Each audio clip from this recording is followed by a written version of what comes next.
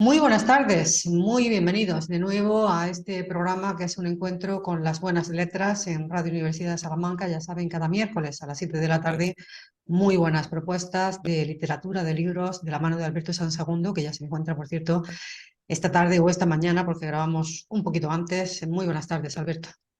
Hola, ¿qué tal? Sí, aquí estamos una semana más, con más libros, muchos más hoy, voluminosos además. Hoy aseguramos, no sé, depende del ritmo lector de cada oyente, pero algunas semanas, varias semanas de lectura. Vamos a cerrar de una manera copiosa la serie sobre la guerra civil y, en el caso concreto de hoy, la posguerra. Hemos recorrido etapas previas, la República, la guerra en sí misma. Hoy nos centramos en la posguerra, con tres libros. En origen son tres, luego hablaremos de alguna derivación adicional. Tres libros, cada uno de los cuales un programa Ujú. autor. Lo que ocurre es que, bueno, yo creo que ya nuestros oyentes llevamos, esta es la quinta entrega de esta serie que ahora Ujú. cerramos, dedicada a nuestra historia reciente. Yo creo que ya saturamos a los oyentes si la prolongamos un par de semanas más, ¿no? De manera que, de un modo un tanto forzado, porque son, insisto, libros que tienen mucha enjundia, son muy interesantes, con muchos elementos que a mí me apetece subrayar, cerramos con estos tres esta serie y ya lo dejamos con otras propuestas más variadas en las Ujú. próximas Bueno, lo semanas. bueno es que las propuestas quedan ahí, Alberto, y los que no les dé tiempo a leer en este mes, pues ya saben que quedan ahí en la página web de la radio de la Universidad de Salamanca, también en tu propio blog y Claro, también en la plataforma iVoox, así que bueno, que ahí quedan, ¿no? No sé si sí. en el caso en que nos hablas hoy, Alberto, que son tres libros nada menos, no sé si son todos muy recientes, como el de la semana pasada, que era un libro casi recién publicado. ¿Cómo son los libros que nos propones? Sí, son libros de publicación muy reciente, todos de estos últimos meses, en algunos casos de los últimos 2, 3 meses de 2023, ¿no? Aunque no todos escritos de manera muy reciente. Ahora comento. Se trata de una novela, en primer lugar, un ensayo de carácter histórico, en este segundo caso, por concretar una descripción genérica tan a menudo difícil, ¿no? Y en el tercer caso se trata de unos diarios. Ujú. Uh, los tres libros están centrados en, como digo, la posguerra, pero no solo en la posguerra, sino en la primerísima posguerra, en un marco temporal que va desde 1939, finalización de la guerra, hasta, en el caso más extremo, 1945. Esos 5 o 6 años de, bueno, el régimen de Franco vencedor de la guerra, campando a sus anchas y con todas las ramificaciones, porque los tres libros participan, claro, de una atmósfera coincidente, y no solamente de una atmósfera, de un marco temporal, como hemos dicho, e incluso de un marco espacial, porque en los tres casos no ya es la España de la posguerra, sino es el Madrid Madrid. de la posguerra. Los Ujú. tres están centrados es verdad que hay derivaciones en cada uno de los casos, sobre todo en la primera, en la novela. Hay un episodio del maquis que se desarrolla en las sierras cordobesas en la primera novela, pero bueno, el marco temporal y espacial es Madrid en torno a los del 39 al 45. Ujú. Entonces hago primero una presentación genérica de los tres libros para que lo vean, oigan hablar quienes están siguiendo por la radio, nuestros oyentes. El primero es esta voluminosa novela, más de 700 páginas, de Ignacio Martínez de Pisón. No sé si exactamente se puede ver desde Sí, ahí. sí, lo estamos viendo, Eh, lo estamos viendo. Se llama Castillos de Fuego, está Mm. publicada por Seis Barral, y esta es muy, muy recientita, es de febrero de este mismo año. Luego tenemos el documento que yo he llamado ensayo histórico, que es Madrid 1945, de Andrés Trapiello, que vio la luz en 2022, hace unos pocos meses, en la editorial Destino. También es un libro muy voluminoso. Ujú. Y por último, Diario de posguerra en Madrid, 1943, de Rafael Cansinos Asens, que es una muestra de los diarios que escribió en vida bueno, podemos llamar gran intelectual español, y que está publicado por la editorial Arca, que es Arcas, las siglas de la Fundación Archivo Rafael Cansinos Asens. Ujú. Estos son los tres libros que tenemos hoy, y con, insisto, enfoques, planteamientos genéricos muy distintos, sin embargo coinciden en ese marco temporal y espacial. Nos Empezamos con la permite, novela, ¿no? y Seguramente. bueno, querría decir que lo que tienen en común y lo que tienen de interés común, creo, para cualquier oyente, es sin duda para mí, ¿no? Es que nos permite conocer mejor aquella época terrible, porque lo fue, la primera posguerra fue terrible, dentro de una dictadura de 40 años dura, pero los primeros años terribles. También nos permite formar criterios sobre los episodios de la guerra civil y sobre alguna de las consecuencias inmediatamente posteriores. Y también, como es un propósito no disimulado por mi parte en estas últimas semanas, en el ciclo entero, bueno, juzgar sin anteojeras, sin apriorismos ideológicos, los enfrentamientos absurdos, que siguen en cierto modo estando, por fortuna hoy solo dialécticos, en nuestra política, diríamos, más mediocre, ¿no? Entonces vamos con la novela, como decías. Martínez de Pisón vuelve a incidir en una pauta muy común en su trayectoria, muy larga, muy fecunda, que es la recreación de corte realista, recreación histórica, novelada, de diferentes episodios de la España franquista y también de la transición. Martínez de Pisón ya estuvo varias veces en Todos los libros un libro. Yo presenté hace años El día de mañana, que está ambientada en Barcelona y que también es este mundo del franquismo, Dientes de leche, igualmente, y también como editor un libro Partes de guerra, que era muy interesante, una recopilación de 35 cuentos, escritas por 31 escritores, porque había 4 que repetían, cuentos que tenían a la guerra civil como eje central. Esos 3 libros los presenté hace diferentes momentos en la trayectoria de Todos los libros un libro, y vuelve a comparecer hoy con esta novela monumental en todos los sentidos, en cuanto a extensión, pero también en cuanto a ambiciones, en cuanto a logros, y que, como digo, incide en las pautas habituales de la mayor parte de la novelística de Martínez de Pisón, que es un escritor que a mí me gusta mucho. Independientemente de que haya aparecido solamente 3 veces antes en Todos los libros un libro, sí que he leído gran parte de sus novelas.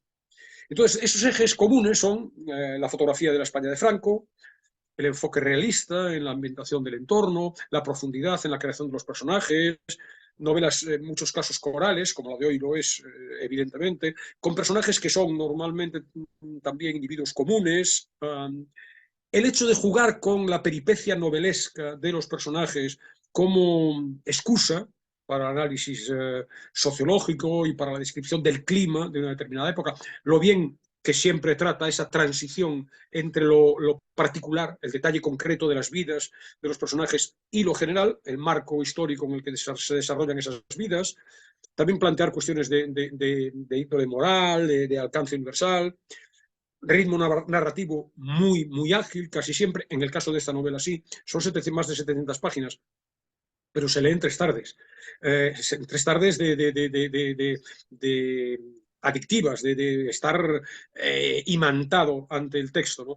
A ello esto contribuyen, bueno, que son escenas, se describen escenas relativamente breves, con muchos diálogos, con elipsis constantes, hay muchos episodios, digamos, de las diferentes peripecias de los personajes que no se nos cuentan, se nos dan por supuestos, y todo ello ambientado entre en noviembre del 39 y septiembre de 1945. En un Madrid que ya recupera una cierta normalidad, estamos hablando de noviembre del 39, el fin de la guerra fue abril del 39, está estructurada en 5 libros, cada uno de los cuales viene marcado por unas fechas, no tiene sentido aquí reproducidas, por ejemplo, el primero es de noviembre de 1939 a junio del 40, y así sucesivamente, pero no van seguidos, porque en el medio de cada uno de los 5 hay espacios en blanco, estas ideas de las elipsis a las que me refiero. Entonces, en la novela se presentan, como dije, esta idea de lo coral, una serie de relativamente breves, 6, 7 personajes de ficción, entre decenas de secundarios, muy bien logrados también, y luego también otros bastantes personajes de existencia real histórica, personajes que han pasado, y ahora cuando comente algunos de sus nombres, ya verás cómo efectivamente han pasado a la historia. Pues Y con eso es lo que todo te ello, quería preguntar, Alberto. Te quería preguntar si se puede catalogar de novela histórica. A ver, es una novela fundamentalmente porque las peripecias de los personajes, es decir, el sentir, el amar, el padecer, los anhelos, los odios, el sufrimiento, es el adentrarse en la intimidad de los personajes lo que tiene un peso muy, muy, muy importante, ¿no? Pero, claro, está muy documentada. Fíjate que es de los logros de Pisón, ¿no? Hay muchísimas referencias, luego al final se nos dan las referencias a la biografía muy amplia en la que se basó. Por cierto, en esa bibliografía está el libro de Trappiello, ahora hablaremos de esa conexión. Pero no es esa pretensión, está muy documentada y se nota además, ¿eh? Luego comentaremos, porque a mi juicio el primero de los ejes importantes de la novela son los personajes, el segundo es el marco histórico, la realidad social, y el tercero es, a mi juicio, la cuestión política, ¿no? Desde el punto de vista del marco social, está extraordinariamente documentado, hay un énfasis muy, muy claro de Pisón por mencionar las calles, las plazas, cualquier lugar por el que pasan los protagonistas tiene su refrendo, podríamos decir así, en el mapa. Hay infinidad de referencias a canciones de la época, a películas que aparecían en los cines, pero no es histórica en el sentido de que se asemeje a un ensayo. Es histórica porque efectivamente está ambientada en un espacio y un tiempo muy concretos, que además no es que sean muy concretos, porque todas las novelas, o en la mayor parte, se ambientan en espacios y en tiempos. Esta está muy definida y además muy bien definida, porque son muchísimos los datos de la realidad, vamos a llamarlo así, histórica, que afloran a lo largo de la novela. Pero yo creo que novela histórica quizá se suele asociar a algo más, no sé, más de una finalidad de contar episodios históricos, y no es el caso. Se nos cuentan las historias particulares de una serie de personajes con un telón de fondo obviamente documentado, histórico, y la única diferencia con otra novela en donde ese telón de fondo existe es que aquí el telón de fondo es extraordinariamente puntilloso en el retrato, el autor muy descriptivo, y está además lleno de datos. Sorprende, porque lo de las calles, bueno, atravesabas tal calle, ¿no? Pero es que aquí constantemente aparecen nombres de calles, nombres de plazas, nombres de lugares por los que se pasan. Por tanto, podemos transitar por el Madrid de hoy perfectamente a partir de las referencias de la novela. Entonces, bueno, ¿Y qué tipo de personajes aparecen, Alberto? No sé, claro, los imagino personajes que de todo tipo, quizás, de ¿no? todo tipo, ¿no? Porque lo que destaca de entrada es esto, ¿no? Son capítulos muy breves y nos van llevando de uno a otro, que luego reaparecen 50 páginas más allá, ¿no? Fíjate que gran parte de la crítica, o por lo menos de la que yo he leído, ¿no? Alude a la colmena como referencia, ¿no? Y eso está, ¿no? Porque es clarísimo, ¿no? Aunque no lo leas en las reseñas de las críticas, ¿no? Te aflora automáticamente mientras lo vas leyendo, ¿no? Entonces son, fundamentalmente, como digo, personajes normales, sin especial relevancia, gentes del común que los vemos, claro, sobreviviendo, soportando esas existencias ordinarias en un mundo, en una sociedad en ese momento muy difícil, en algunos casos más desahogadas, en otros menos. Entonces, en este primer elenco de personajes tenemos, pues, por ejemplo, a Valentín, fue un militante de las Juventudes Comunistas en la República, y después de la victoria franquista se tiene que hacer perdonar por los vencedores, perdonar sus errores, y entonces, bueno, colabora con el régimen, traiciona a sus camaradas y se convierte en un represor feroz. Ese es un personaje. Está Basilio, que es una construcción también con mucha base real, ¿no? Muy triste, patética. Es un profesor de Historia de Derecho en la universidad, depurado, sin más. Lo desposeen de su plaza y lo condenan, pues eso, a la indigencia económica, a la indignidad pública y, bueno, en el caso concreto de este señor, el hundimiento psicológico y un desorden mental notorios. Está su hija, Gloria, que vive para cuidarlo, y bueno, y tiene en ese mundo de los 30 y tantos, de los 40, de los años 40, primeros años 40, te imaginas, está tan contado en el cine, ¿no? Esa España triste, pues en Gloria intenta abrirse paso y va a estudiar inglés en una academia que regentan dos hermanas, dos ancianas, las hermanas Linares, que son hijas y nietas de diplomáticos, por tanto, venidas a menos, y que, bueno, les imparten clases particulares. Luego hay un compañero de estudios, Eloy, un compañero de estudios de Gloria, que ya es de otra clase social, es trabajador, tiene un hermano condenado a muerte, es un preso político condenado a muerte por el franquismo y finalmente ejecutado, y que, bueno, se implica en la lucha política, tiene que abandonar Madrid, acaba incorporándose al maquis, y ahí viene una parte, una sección, un libro entero prácticamente dedicado a la peripecia del maquis, ¿no? Eloy va a la clase de inglés con Gloria, hay un enamoramiento, pero bueno, eso se trunca porque debe dejar la ciudad. acaba volviendo después de su peripecia en el Maquis, acaba volviendo, pero de esa manera ya clandestina, para intrigar contra el régimen en Madrid, ¿no? Luego hay, bueno, el grupo del Maquis es muy interesante, ¿no? El Mancho, Arsenio, el Chaconero, Cara Larga, son personajes muy, muy particulares, ¿no? Luego está Cristina, que es hermana de Eloy, que ansía una vida normal, como una chica joven, pero es imposible, porque claro, su hermano muerto por el franquismo, su otro hermano huido al Maquis, acaba implicándose también y deseando una cierta normalidad, una joven que quiere crecer, pero se ve imposibilitada de llevar adelante sus logros, ¿no? Está Alicia, una taquillera de cine, que por una serie de reveses, bueno, pues acaba teniendo que entregarse a la prostitución. Está Revilla, un hombre siniestro, que está al frente de la Comisión Revisora de Viviendas y Muebles, que se acaba quedando con los bienes bueno, de los represaliados, ¿no? Se apropia de joyas, de muebles, de obras de arte, que trafica con ellas, ¿no? Estos son, diríamos, el primer elenco de personajes, ¿no? Personajes normales, que son todos inventados, por mucho que las referencias puedan ser más o menos reales, o sea, consistentes, es decir, encajen en la lógica de la época. Luego están los personajes históricos, que tienen algunos una referencia meramente incidental, Dolores Ibarruri, Carrillo, con una presencia episódica, como cameos, diríamos, en el caso del cine, aparece Benavente o aparece Dionisio Ridruejo, o en algunos casos formando parte con mayor entidad en la propia historia. Es el caso, por ejemplo, de los militantes comunistas, por ejemplo, de Heriberto Quiñones, que era un agente soviético en España, que fue torturado y ejecutado por el franquismo en el 42. Está uno de los personajes que va a salir también en el libro de Trapiello, ¿no? Uno de los personajes más controvertidos, no él, pero sí los episodios que protagonizó Gabriel León Trilla, fue uno de los fundadores del primer Partido Comunista Español, ¿no? Y fue asesinado por órdenes directas del Comité Central del partido. Y luego también está Jesús Monzón, que fue presidente de la Junta Suprema de la Unión Nacional, un personaje real, y que tiene que ver con lo que nos cuentan, porque bueno, fue también purgado, fue depurado por el partido, por orden directa. No acaba de afirmar Pisón, que se trata de una orden directa, ¿no? Trapello sí que dará un paso más allá y sí que lo dirá, ¿no?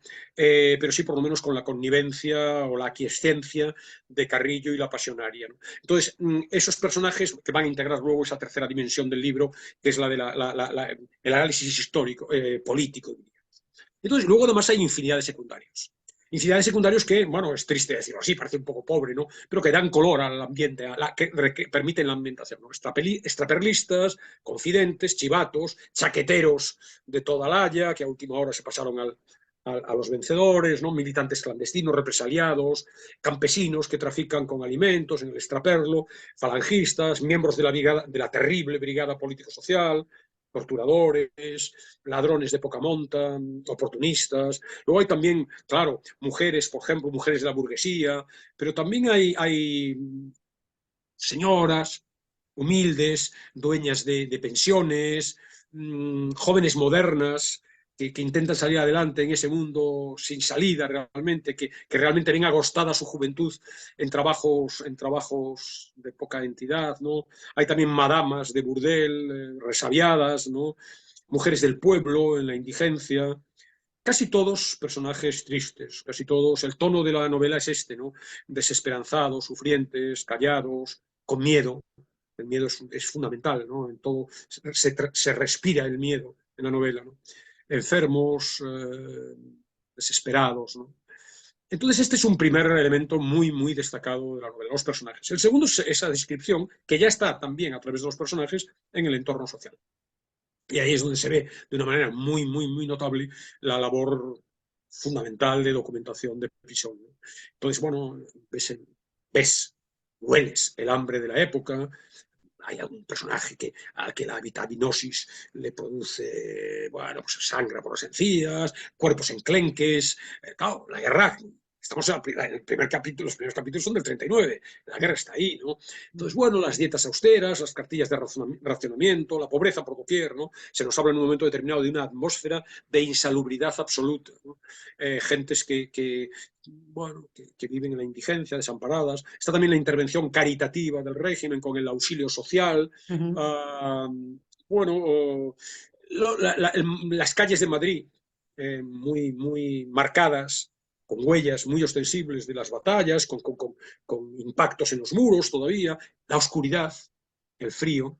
Entonces, claro, tenemos eso, se nos cuentan los ambientes, el movimiento de las calles, los cafés que a la vez son fríos y acogedores, porque fríos porque eran gélidos, pero por lo menos eran un lugar para arroparse frente a la frialdad de la calle, ¿no? Las pensiones míseras. Si te das cuenta, todo este retrato está en la colmena, ¿no? Está Sí, sí, sí. claro, eso lo hemos visto, ¿no? Pero bueno, las tabernas mugrientas, los burdeles, fíjate los portales de las casas, que esto es recurrente en los 3 libros que traigo hoy, ¿no? Los portales de las casas y sus cancerberos, ¿no? Los porteros eran, en casi todos los casos, informantes de la autoridad, ¿no? Entonces eran delatores, chivatos, eso está, ¿no? Los talleres con los obreros, en donde a escondidas, en algunos casos, imprimen octavillas de muy mala calidad contra el régimen. Y luego están también los lugares del poder, las iglesias, las cárceles, los sótanos de las comisarías. Y como decía, en todo momento los nombres de las calles, de las plazas, de los barrios, con un exagerado afán de verosimilitud, que en algunos casos yo también he leído reseñas que le critican a Pisón, porque dicen en algunos casos que entorpece la lectura, porque sí, sorprendente, ¿no? Llama la atención el que esté datado cada uno de los lugares por los que transcurren los personajes. Y luego, claro, hay cosas muy concretas, por ejemplo, aspectos de lo nuevo que se empieza a abrir, ¿no? La construcción de un nuevo aeropuerto en Barajas, hay menciones al estadio metropolitano, lugar donde el fútbol del domingo, donde iban algunos de los personajes, ¿no? Los cines. Entonces los cines, claro, con esa múltiple función que desempeñó el cine en aquel momento, ¿no? Primero lugar de distracción de los personajes de la novela, ¿no? Pero también evasión de su miseria cotidiana, ¿no? Espacio también para conspiraciones. Ahí se encuentran militantes comunistas, ¿no? para negocios clandestinos. Por supuesto, como ámbito muy triste, muy desolado de fusiones sexuales, ¿no? También como muestra de la manifestación muy clara de la opresión del régimen, porque se nos cuenta cómo cuando acaba la sesión el público se pone en pie, levanta el brazo y tiene que mantenerse con el brazo en alto hasta que suena la última nota del Cara al Sol, ¿no? Pero en ese momento, con la aparición del cine, la novela se puebla de referencias a, claro, actores y actrices de Hollywood, películas, ¿no? Se hablan La golondrina cautiva, Melodía de Broadway 1938, Tarzán y su hijo, alguna española, Inés de Castro, que se parece Eleanor Powell y Robert Taylor, algunos actores de aquella época, ¿no? Y otro tanto ocurre con la música. El afán de enmarcar de una manera consistente y verosímil la novela le lleva a Pisón a hacer que suenen, pues, bueno, pues las coplas de Quintero, León y Quiroga y las canciones, bueno, populares de aquellos años, Ojos Verdes, El Manisero, Cheque Chica, un tango de Gardel, los cuplés de Celia Gámez, alguna música extranjera, hay una mención a In the Mood de Glenn Miller, que sonaría probablemente en aquellos precarios cabarets de la época, canciones de la guerra, todavía, Si me quieres escribir, hay una mención expresa a esa canción, ¿no? Y luego incluso las escenas que están fuera de la capital, fuera de Madrid, todo del Maquis, está muy bien descrito ese entorno, ¿no? Porque bueno, ya estamos en el campo, hay otra cosa, ¿no? En el campo ya es otro panorama, pero está igualmente el miedo de los campesinos, todos los negocios con los alimentos, con el extraperlo, está muy presente. Los campesinos viven mejor que en la ciudad porque obviamente tienen acceso a los bienes, ¿no? A los alimentos de primera que cultivan directamente, ¿no? La presencia de la Guardia Civil en los montes, en los pueblos, ¿no? Sombría, con los mauseres, con aquellos capotes, ¿no? Las escaramuzas bélicas entre los rebeldes, digamos, del Maquis y la Guardia Civil, la soledad de los guerrilleros, esa idea de una que está muy bien descrita de diríamos, una especie de animalidad primitiva a la que se ven sometidos, ¿no? por andar de risco en risco ocultándose, ¿no? Eso también, por tanto, contribuye a la descripción del marco social. Y para cerrar, y muy interesante, la cuestión política, la batalla política. Porque están, por un lado, la descripción de los vencedores, entonces, claro, ahí no se ahorra, Pisón no puede hacerlo, no debería haberlo hecho y no lo hace, ¿no?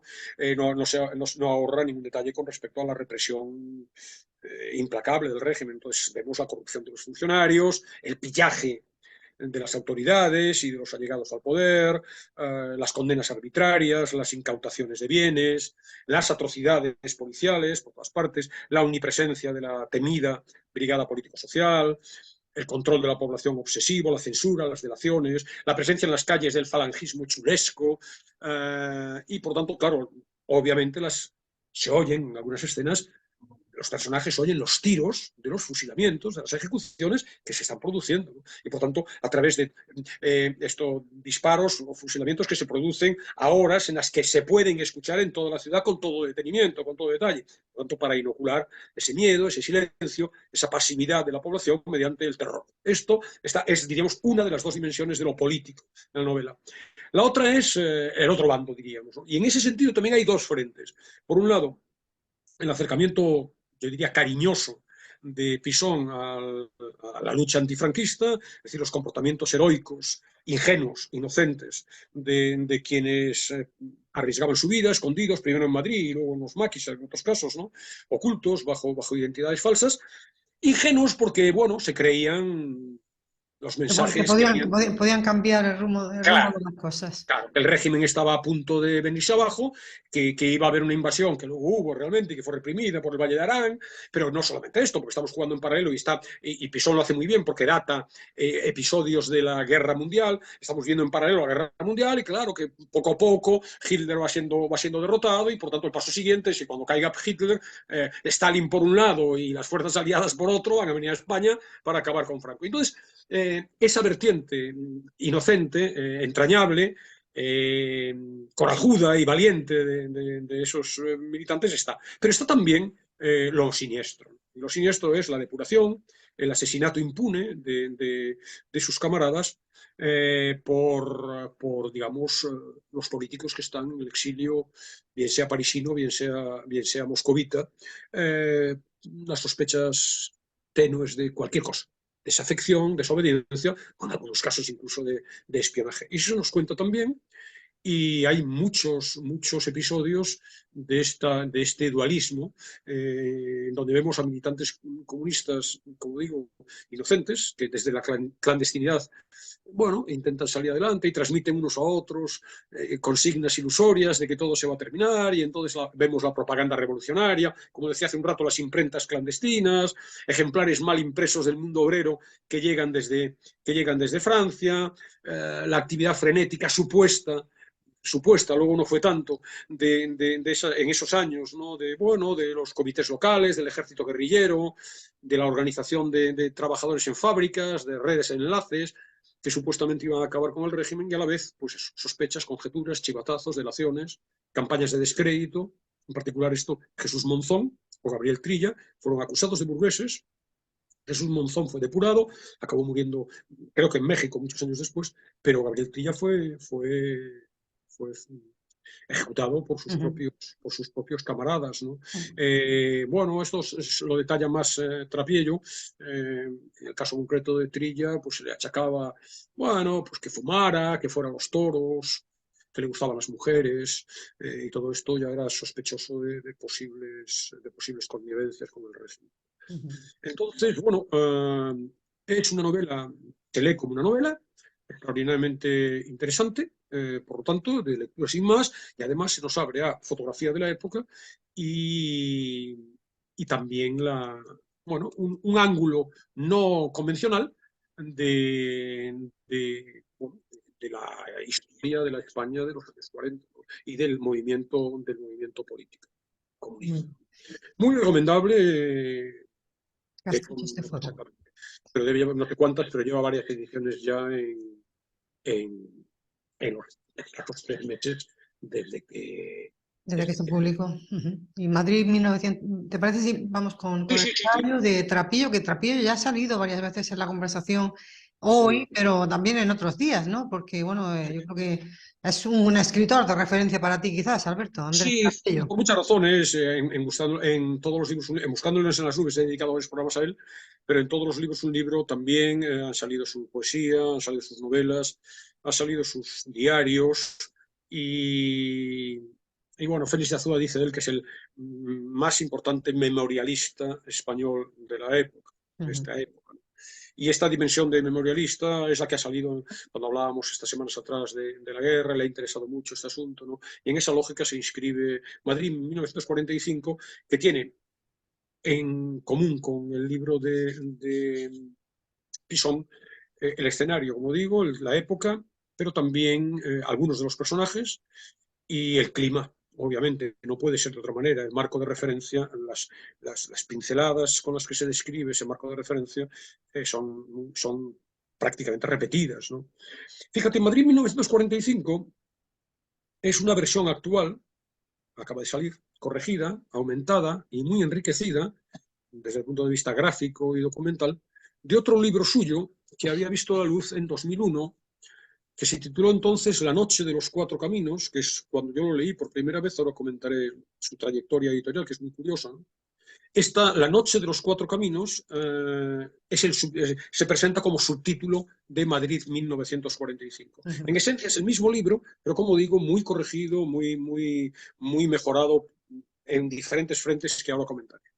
De manera que este es del año 2001 y lo había publicado la editorial Aguilar, supongo que todavía en alguna librería de viejo andará por ahí. Y este Madrid 1945, La noche de los cuatro caminos, está en Editorial Destino y es de septiembre de 2022, hace medio año. Fíjate, es muy interesante la trayectoria de esta historia, ¿no? Trapillo tiene, como costumbre desde hace siglos, el acudir los domingos al rastro. Tiene un libro también que se inscribe en este marco, como parecido a este, por razones que luego comentaremos, un libro sobre el rastro de Madrid. Y allí, bueno, busca de todo. En sus diarios nos cuenta que se encuentra cada domingo, libros antiguos, primeras ediciones, materiales de la época. Literalmente, una soleada mañana de la primavera de 1993,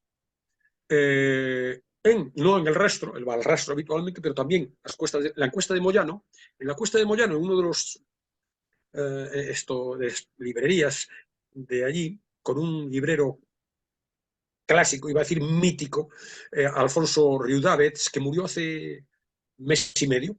Pues, medios de comunicación nos dieron noticia de su muerte, era un clásico de la Cuesta de Moyano. Encontró allí en el 93, digo, esa soleada mañana de la primavera del 93, Trapillo encontró el expediente de la Dirección General de Seguridad, en perfecto estado, de los 11 encausados por el asalto, el 25 de febrero de 1945, a un oscuro local de la Falange, una subdelegación sin especial relevancia, en el barrio de Cuatro Caminos de la capital, de Madrid. Esa acción, llevada a cabo por 5 militantes comunistas, miembros de, que llama Trapillo, la guerrilla del llano. Fíjate que hay una idea el libro primero de La noche de los cuatro caminos se subtitulaba Una historia del maquis, pero del maquis urbano, no del maquis rural, ¿no? La guerrilla del llano. En esa acción, esos 5 militantes asesinaron a 2 personas. Literalmente, en términos de Trapillo, un falangista chusquero y un bedel cojo. La muerte, fue luego el entierro, la muerte y el entierro. El impacto de la muerte y el entierro posterior fue la muestra más masiva de adhesión al régimen, la mayor manifestación política de la historia de Madrid hasta esa época, superando incluso aquellas que glosábamos hace unas semanas con la gente en la calle el 14 de abril del 31 de llegada a la República. Pocos días después, los organizadores y los perpetradores del doble crimen fueron detenidos, fueron torturados, juzgados muy apresuradamente, y 7 de ellos fueron ejecutados. 6 fueron fusilados y uno mediante inicuo garrote vil que todavía está vigente a finales de abril. Fíjate que esto fue, como digo, en febrero del 45, bueno, pues en abril, 2 meses después, se liquidó el asunto. El suceso tuvo un enorme impacto en el momento, pero no dejó demasiada huella posterior ni en la propaganda oficial, ni tampoco en la de la oposición. El Mundo Obrero, nos cuenta Trapillo, lo resolvió con 5 líneas.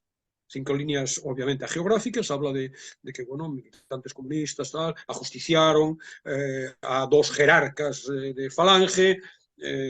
Nuestros guerrilleros se retiraron cumplidos su objetivo sin experimentar bajas. Nos transcribe Trapillo digamos, el breve que se incluyó en mundo obrero. Entonces la historia desapareció. Este hecho, bueno, tuvo su impacto en su momento, pero durante mucho tiempo, pues, era un elemento, bueno, conocido, me imagino, por los expertos, pero no aparecía en los relatos canónicos de historiadores de uno y otro bando. Cuando se encuentra el expediente completo, impecable, Trapiello, en la cuesta de Moyano, empieza a buscar, empieza a reflexionar, a investigar, a analizar.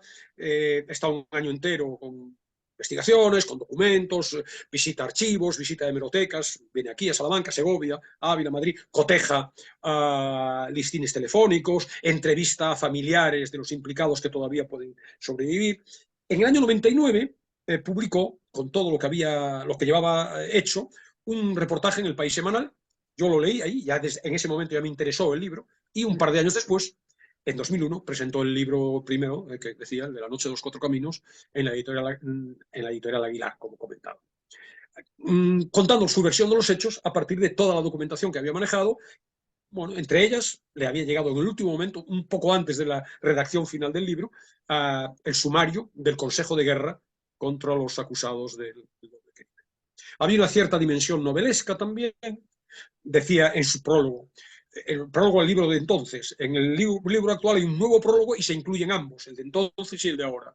Es probable que los historiadores, decía Trapiello, desde su punto de vista encuentren demasiado novelesco este libro y los críticos de literatura demasiado histórico desde el suyo. Bueno, este carácter híbrido del libro. Desde entonces, desde 2001, ha habido, lógicamente, cambios relevantes en la información que manejaba Trapiello, que es lo que le va a llevar a hacer el nuevo libro, a sacar en 2022 la nueva edición. Fundamentalmente la digitalización de la mayor parte de los archivos históricos, que permite, por lo tanto, acceder a una información que antes era imposible. Por ejemplo, nombres, dice Trapiello, que eran inencontrables, ahora se rastrean fácilmente. Desde el 2001 hasta ahora son 20 años de una evolución tecnológica muy clara, ¿no? Luego aparecen nuevos estudios académicos sobre aquellos sucesos. Se abren, y esto es muy interesante, al público en general, antes era muy restringido, los archivos del Partido Comunista. Y dentro de esos archivos están lo que se llaman informes de camaradas. Trapiello incorpora al libro algunos de esos informes. Es decir, informes para uso interno del Partido Comunista, ¿no? Que también puede consultar desde entonces, desde 2001. Luego también accede a documentos, informaciones sorprendentes, ¿no? Que dan lugar a un eje del libro muy curioso, que es informaciones acerca de la participación de la Embajada de los Estados Unidos en aquel atentado, ¿no? Fíjate que hay algunas de las cosas, no sé, no da tiempo a hablar de todo, ¿no?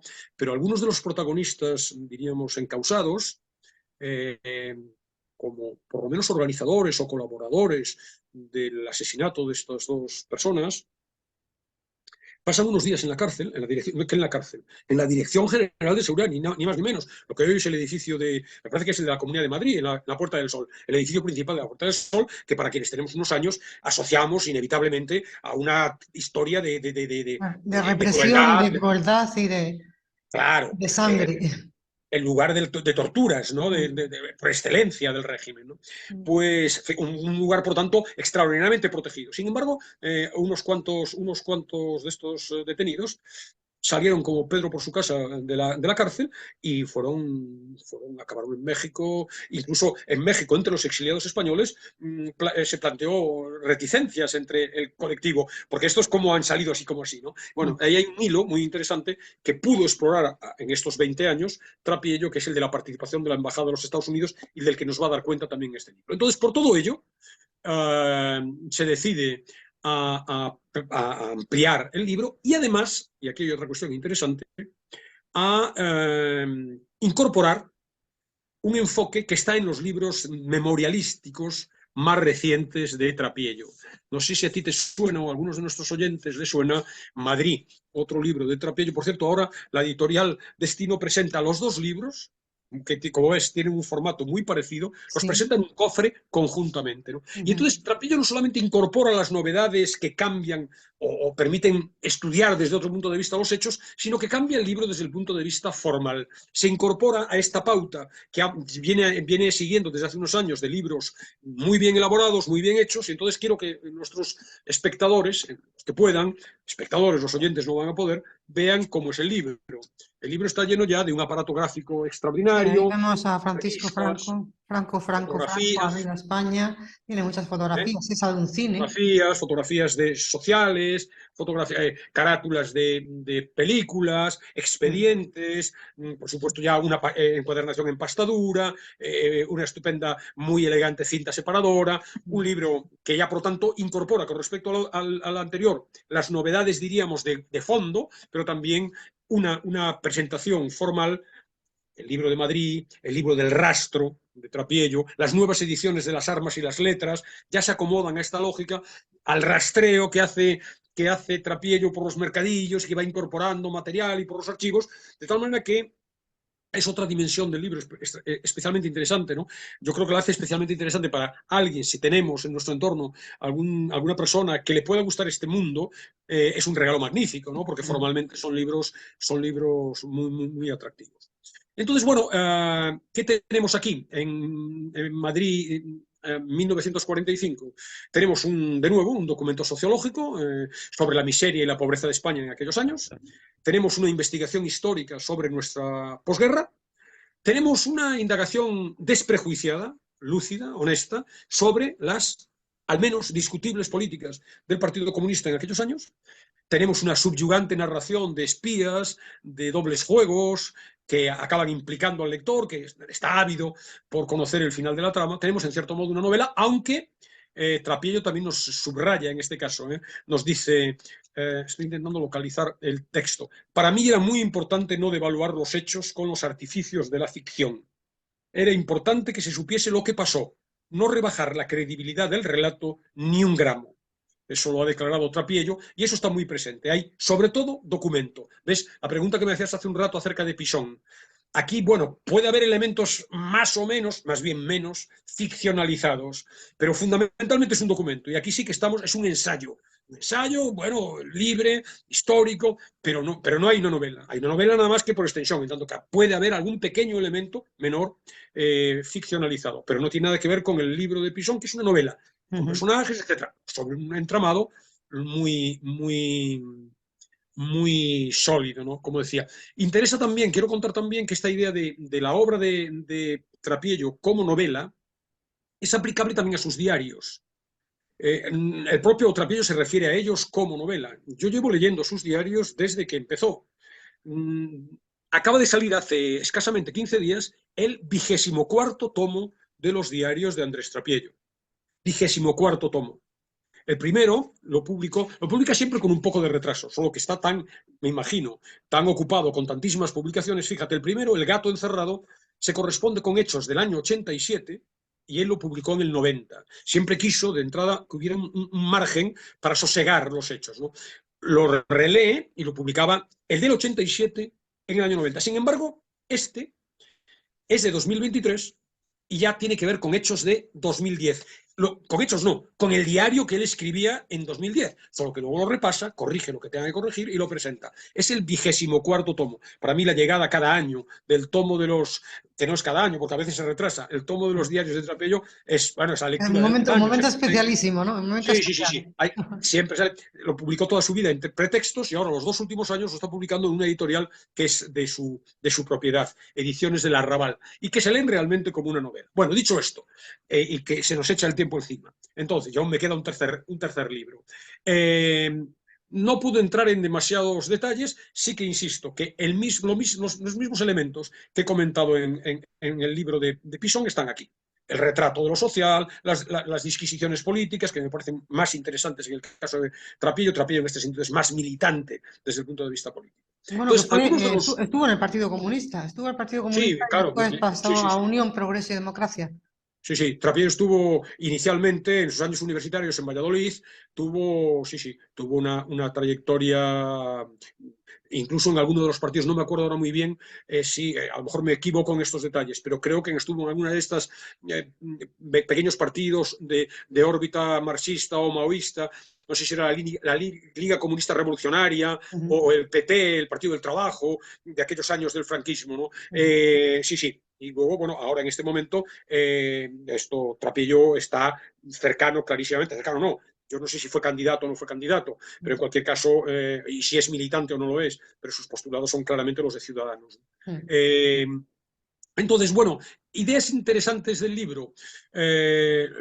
Uno, que el atentado contra el local falangista no solo no contribuyó al desmoronamiento de la dictadura, sino que al contrario. Una de las tesis de Trapiello es que liquidó el movimiento guerrillero, militarizado, no la resistencia.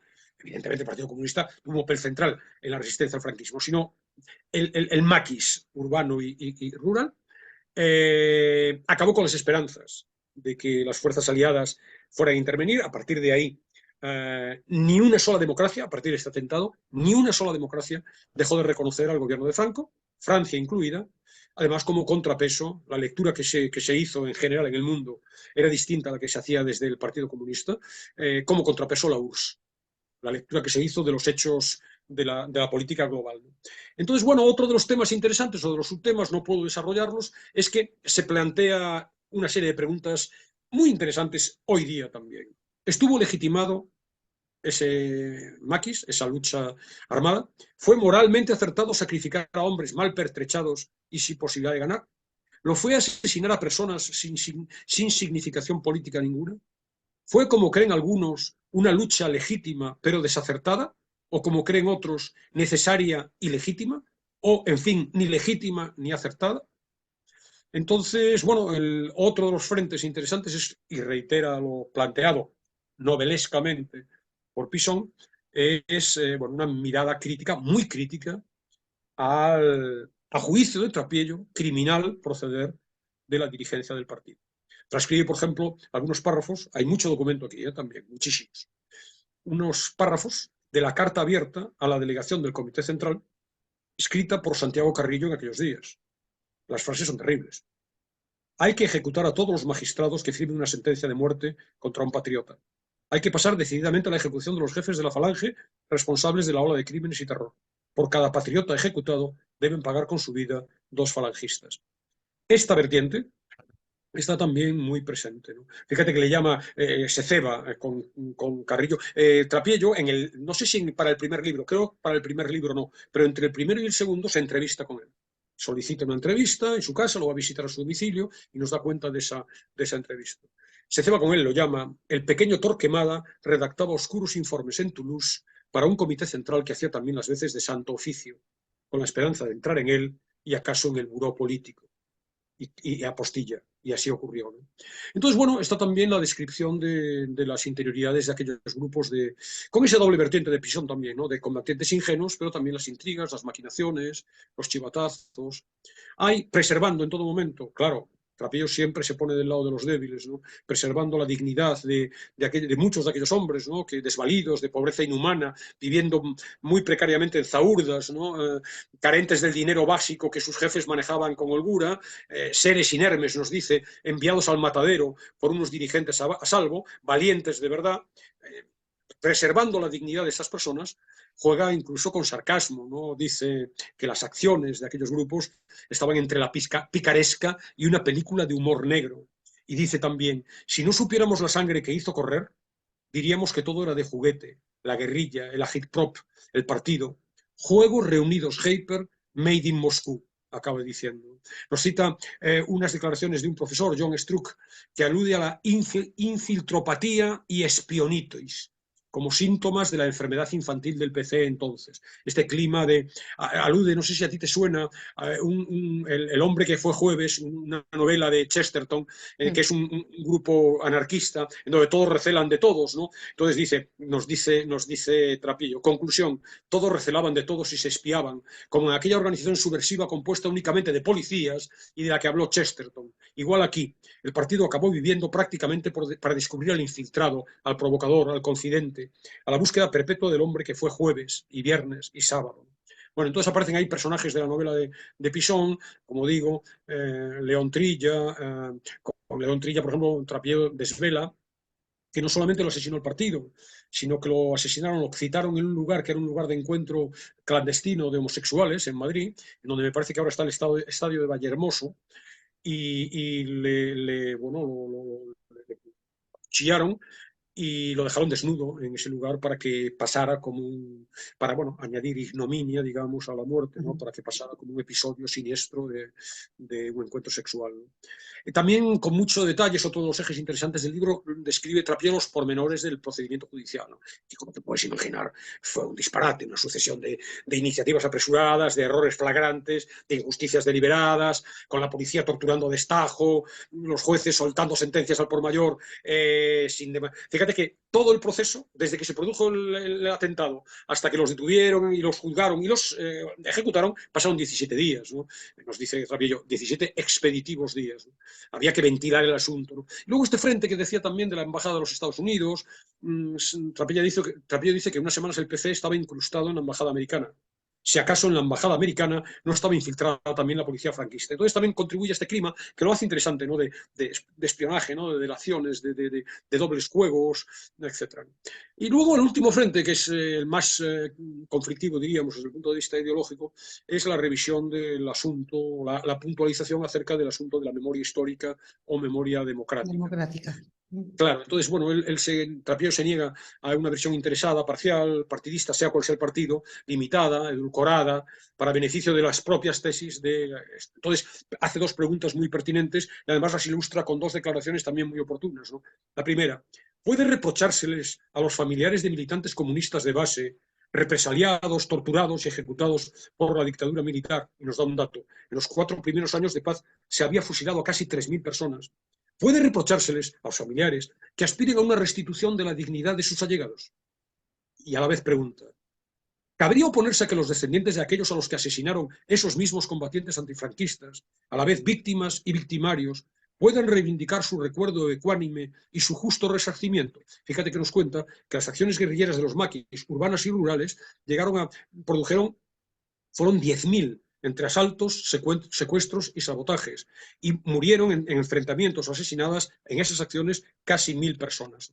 Entonces, bueno, Andrés Trappier dice que se despacha a gusto contra una memoria parcial y dice, bueno, considerar a los guerrilleros soldados heroicos de un ejército sin Estado y al régimen un Estado de torturadores envilecidos sin derecho, daría juego a que pudiéramos juzgar exactamente igual, ¿no? Considerar a unos los salvadores de España y a otros los enemigos anti-España no ayuda a dilucidar la cuestión primordial. Yo no entro ahí, hay muchas derivaciones. Lo que es interesante, y cierro el comentario de este libro con esta cuestión, cita textos literales de dos importantes representantes de ambos bandos. Jorge Semprún, por un lado, militante conocido, que acabó siendo ministro de Cultura. Con Felipe González, uno de los gobiernos de Felipe González, en donde dice rotundamente que esto no es memoria histórica. Quería buscar exactamente la frase de Semprún que nos transmite. No es una memoria histórica, testimonial, es una memoria ideológica. Semprún. Y del otro lado, Pemán, intelectual de franquismo. Todo lo contrario. Claro, Falangista también, ¿no? ¿Perdón? Falangista también. Sí, falangista de la primera. Y además, por ejemplo, él fue el creador de los términos cruzada. Yo creo que estaba José María Pemán también en el Paraninfo de la Universidad de Salamanca en aquel 1936. Aparece como uno de los personajes que estaba ahí. Es posible. Bueno, Pemán, yo recuerdo a Pemán en los años del franquismo, yo viví, obviamente, años del franquismo, en mi época juvenil, y yo recuerdo en televisión, lo recuerdo, sí, como un personaje, un intelectual del régimen. La expresión movimiento nacional, la expresión la cruzada, son creadas por Pemán. Sin embargo, Pemán en un momento determinado lo transcribe Trappier, le dice mi general, refiriéndose a Franco. Creo que se ha matado y se está matando todavía por los nacionales demasiada gente. En la España republicana se mataba por iniciativas personales, en la forma salvaje llamada el paseo. En el bando nacional intervenían casi siempre los tribunales militares. Un tribunal militar tiene que hacer justicia, pero al mismo tiempo tiene que fabricar ejemplaridad.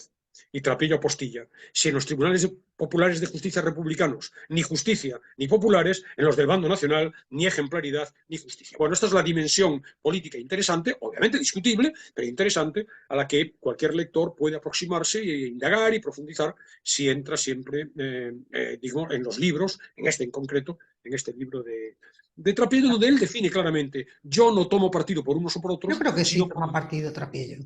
Bueno, pero lo voy a leer, lo voy a leer. Cito literalmente, yo no tomo partido por unos u otros, sino por la compasión y la piedad por todos, por haber estado metidos en una maquinaria destructiva. Sí, Bien, y como estamos muy fuera de tiempo, paso ya sí. al último libro, Diario de posguerra en Madrid, 1943, la primera entrega, aunque no es la primera en orden cronológico, de los diarios de Rafael Cansinos Asens, publicado por la editorial Arca, que gestiona su hijo, Rafael Manuel Cansinos Galán. Cansinos Asens, sevillano de origen, madrileño de adopción, desde muy joven, muy destacado intelectual español, poeta, novelista, ensayista, crítico literario, periodista, políglota, escribió en inglés, en francés, en árabe, en alemán, traductor del Corán, de Dostoyevsky, de Goethe, de Balzac. De Goethe está traduciendo la biografía mientras nos cuenta, en el año 43, que es cuando nos cuenta el, el diario, ¿no? Víctima, por igual, de la irracionalidad de ambos bandos. Durante la guerra fue sospechoso de quinta columnista, de desafecto a la República, estuvo en la diana del terror rojo, como se nos cuenta su hijo, y tras la victoria rebelde, su condición de judío y su vida extraña, pues hicieron que fuera represaliado por Franco, ¿no? Le hicieron un expediente de depuración, lo declararon inválido para ejercer la profesión de periodista, le censuraron las obras, le retiraron el nombre de las traducciones, en concreto de la editorial Aguilar, y la desaparición, el ostracismo, la desaparición de la vida cultural durante el franquismo. Publicó, pero ya cosas muy académicas, libros sobre el Corán, sobre el judaísmo, murió en 1964, pero en todo ese tiempo, a pesar de su falta de relevancia pública, es sobre todo destacada su labor intelectual en los 30 primeros años del siglo, ¿no? A partir de ahí estuvo condenado a la oscuridad. Siguió escribiendo, a pesar de todo, escribiendo miles de páginas de diarios. Desde los diarios que abarcan desde su juventud hasta el 18 de julio del 36, se publicaron en un texto que se llama La novela de un literato, que no pudo ver la luz en vida. Lo intentó la editorial Aguilar, pero no, los intentos chocaron con la censura del régimen. Apareció esa novela de un literato en 1981, primero en Alianza Editorial, y el año pasado la Fundación Arca ha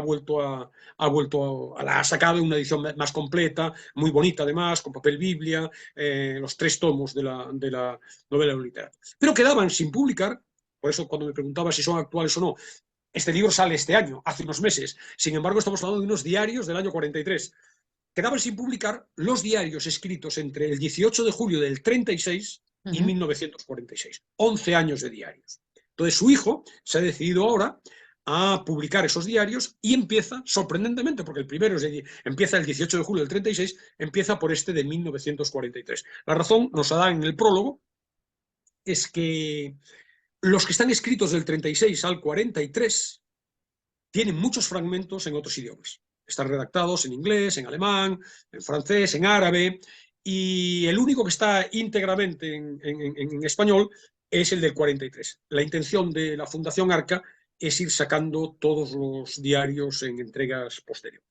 El libro es muy completo, tiene el diario, obviamente, íntegro, de 1 de enero hasta finales de diciembre, pero hay unos apuntes para una biografía, hay unas fotografías del manuscrito original y una descripción, hay una amplia sección de onomástica, un dramatis personae, hay infinidad de personajes que aparecen en el texto, por tanto se nos dan referencias biográficas. Hay una veintena también de fotografías al final, de fotografías muy reveladoras, no solo del Madrid de aquella época, es el Madrid de Pisón y el Madrid de Campiello, sino también fotografías del mismo, de sus hermanas. Entonces, bueno, como es imposible que me detenga mucho en él, quiero subrayar 2 aspectos sustanciales del libro por los cuales puede interesar a los posibles lectores, ¿no? Uno es el retrato inmisericorde, descarnado, desolador, de su propia tristísima vida en ese año, en concreto en el año 43. Y el segundo frente es lo público, sin demasiado énfasis, como en sordina, como de una manera muy leve, la descripción de esa realidad externa de la España, del Madrid, pero de la España, ambos, España y Madrid, mustios, apagados, grises, desesperanzados. Ese es el telón de fondo en el que se nos narran sus peripecias. 2 palabras sobre cada uno de los 2 frentes. Con respecto a la primera, es terrible. La vida de este señor en ese momento era patética, muy desoladora. Pese a que solo tiene 60 años en ese momento, aún no ha cumplido los 61. Claro, es verdad que son los 60 años de hace 80, claro. Era muchísimo más. Claro, pero dice, bueno, se considera un viejo y está reiterando constantemente, soy un viejo. Me despierto en la mañana aún temblando de una congoja del sueño y murmurando inconscientemente. Un año más, Dios mío, un viejo ya, el tiempo me empuja y voy a ahogarme en el gran río, ya sin remedio. ¿Y qué hacer ya? Este es el plan. Ujú. Entonces, una existencia rodeada de fracaso, de ansiedad, de angustia, de soledad, de pena por todas partes. Sí, tiene sus tertulias, en el Frisel, en el Gato Negro, en el Cocodrilo, pero tertulias, claro, la colmena, muy pobres, ¿no? Es decir, pobres en el sentido de, literal, ¿no? Económico, pobladas además de gentes mezquinas, un elenco de individuos mediocres, preocupados por asuntos mundanos, por el dinero, sablistas también, por la repercusión que tiene un artículo, por si le pagan una colaboración, y luego además su propia vida personal. Cansinos vive con su hermana Pilar en el segundo piso de un edificio que es propiedad de la familia. La familia está muy venida a menos, pero bueno, De familia, heredaron, ya que sacas la familia, porque claro, me sonaba el apellido, sí, Rita como Hayworth, Rita Hayworth, que era sí, sí, Margarita son, Cansino, y sí, sí. estoy Estos en son este tiempo cansinos, curioseando por internet y sí, veo sí. que estaban emparentados, ¿no? Sí, así es. Estos son cansinos, ella es cansino, no sé cuál de los dos es el original, me imagino que será el de cansinos, con ese, se lo habrá quitado Rita Hayworth, pero sí, sí, son parientes, no sé qué, parientes lejanos, pero son parientes, ¿no? No sé, primos o primos segundos, ¿no? Entonces, bueno, una posición desahogada, pero ahí bien, están muy venidos a menos, tienen una herencia, pero están viviendo de la herencia, ¿no? Entonces viven en esa casa, que es una casa amplia, cada piso tiene 170 metros cuadrados y tienen el edificio entero en el lado oeste del Retiro, la calle Menéndez Pelayo. Vive con su hermana Pilar en el segundo piso y en el tercer piso vive otra hermana mayor, hipocondríaca, adusta, muy severa, Mari Pepa, ¿no? Que se pasa el día quejándose, ¿no? Y luego él tiene una relación que no sé cómo calificarla, amante, novia, pareja, compañera sentimental, con Josefina, pero es terrible. En todo el año no es terrible. Bueno, cada uno tiene su forma de organizar su vida, ¿no? En todo un año, lo más que hay es un intercambio tímido de besos en un banco, en un parque, ¿no? Él está permanente dudando, que tiene ganas de subir a casa de ella, pero no acaba subiendo. Supuestamente son pareja, pero bueno, ahí se ve las inhibiciones, la soledad, la frustración, los anhelos truncados. Él sale a la calle a buscar emociones. A buscar emociones simplemente significa, esto probablemente desde una lógica de hoy podría ser mal interpretado, pero no es acoso, es justo lo contrario, es patético, ¿no? Es tristísimo, ¿no? Sale a la calle y contempla a distancia, a veces la sigue, pero sin sombra alguna de acoso, ¿no? A cuanta mujer hermosa le exalta los sentimientos, ¿no? Pero es muy triste porque cree que cruza la mirada con una mujer guapa y dice, qué ilusión. Y acto seguido dice, qué felicidad por solo eso. Y añade, y qué tristeza después. Me dirás, el retrato perfecto de un viejo verde, ¿no? Pero no es esto, es algo muy profundo, ¿no? De una soledad absoluta. Fíjate que en el 46, ya después del diario, muere Josefina, que es el pilar de su vida, no se sabe cómo, pero es el pilar de su vida, ¿no? Y en el 49 muere su hermana Pilar. Y entonces queda absolutamente desvalido, entra en el servicio de su casa una mujer, Braulia Galán, a servir a su casa, se acaba casando con ella y será la madre de Rafael Cansinos Galán, el único hijo de Cansinos, un hijo que es del año 58, cuando Cansinos, padre, está cerca de los 80 años, ¿no? Bueno, entonces, el mundo este de la vida íntima, la intimidad del personaje es terrible y de una primera capa cercana a esa intimidad que son estos personajes, escritores sin futuro, esfinges narcisistas, los llama, artistas, jóvenes poetas, guionistas de cine, autores teatrales con egos desmesurados, falangistas, fantoches de todo tipo, ¿no? Y luego también personajes conocidos, ¿no? Por el libro pasan, por el diario pasan Manuel Machado, Jardiel Poncela, Gregorio Marañón, entre otros muchísimos nombres que aparecen en el desbordante índice onomástico, ¿no? Y luego el segundo frente y cierro es esta recreación en un segundo plano de la atmósfera de la época. Entonces tenemos pues, lo que ya hemos visto en las dos referencias anteriores, el hambre, la escasez, el extraperlo, la miseria, la suciedad, los cines helados, las muchas viudas, llama la atención cuántas viudas, claro, no lo piensas en esta dimensión, pero ha acabado la guerra, Claro, lógicamente, hay y por lo tanto muchos hay hombres que han muchas muerto en viudas, el frente y claro, otros en eso las es. cárceles y otros en las tapias de los cementerios. Eso es, ¿no? Claro, ¿no? Entonces, bueno, el secreto, el silencio, el miedo, vemos por las calles las cuerdas de presos trasladadas a las cárceles, las vacas también por las calles de Madrid que las llevan al matadero, los niños jugando en donde entonces hace nada eran trincheras, la redada se nos dice de invertidos, lo cual también en un fogonazo nos da una descripción de cómo era el panorama de la época con respecto a esto. Y de repente el toque poético, ¿no? En un regalo, en un detalle, aparece un ligero pañuelo de seda y dice, con una nota muy evocadora, Cansinos, dice, qué cosas tan finas en esta época tan bárbara. Es una perfecta descripción la de una vida sutileza. en verdad. Sí, sí, ¿no? Y luego está también la represión política, ¿no? El énfasis es en la cruzada, el imperio, dice él, la propaganda hiperbólica de las consignas, ¿no? Están las banderas, los vemos por las calles, los desfiles, la censura, las noticias sobre torturas, los sótanos de la Dirección General de Seguridad, dice Cansinos, donde hay tantos desgraciados aguardando la muerte, ¿no? Las sospechas que se ciernen sobre cualquiera que pudiera tener un hipotético pasado rojo, por tanto el miedo de todo el mundo, las referencias de la guerra mundial, las flechas falangistas los flechas falangistas en las calles, lo que decíamos antes de los porteros, las redes de jefes de casa, de calle y de distrito, que son espías que vigilan y delatan a vecinos, la presencia en las calles de caballeros mutilados del régimen, por tanto, heridos de guerra. Y luego, bueno, el frío por todas partes, el frío en los cines, el frío ambiental, no solamente el frío climatológico, ¿no? En fin. Terrible, terrible, Alberto. Hoy creo que no tenemos fragmento, me comentabas que No, no iba a haber tiempo y efectivamente no hay tiempo, pero sí hay un poco de tiempo para la música. sí, bueno, recomiendo los 3 libros, recomiendo también sus adherencias, es son lectura a mi juicio indispensable y muy interesante, se aprende mucho, conocemos una etapa funesta pero interesante de la historia de España. Sí, hay mucha música, sobre todo en la novela de Martínez de Pisón, y de ahí he extraído una de las creaciones de Quintero, León y Quiroga, el trío de maestros de la copla tradicional española, se llama Rocío, e interpretada por otra cantante de la época, ¿no? Imperio Argentina, un hombre, bueno, hablábamos hace unas semanas de nuestros padres, ¿no? Y bueno, pues mi padre, Imperio Argentina, era una referencia, un mito, ¿no? Para él, ¿no? Entonces, bueno, tanto la canción como los 3 libros, claro, nos transportan de manera magistral a aquella época que yo creo que merece la pena Yo creo que recordar. la pusieron Imperio Argentina por aquello de esta Argentina vale un imperio. Creo que se Yo basó no, en no la- eso, su nombre artístico. Bueno, y también Rocío Jurado, yo creo que interpretó esta de Sí, Rocío, claro, sí, que sí, por sí. eso la conocemos los que somos un poquitín jóvenes. Después, lo jurado. Pero he querido poner algo fechado en la época para que la traslación sea más exacta. Muy bien. Pues nada, Alberto, muchísimas gracias y hasta la semana que viene. Hasta la semana que viene.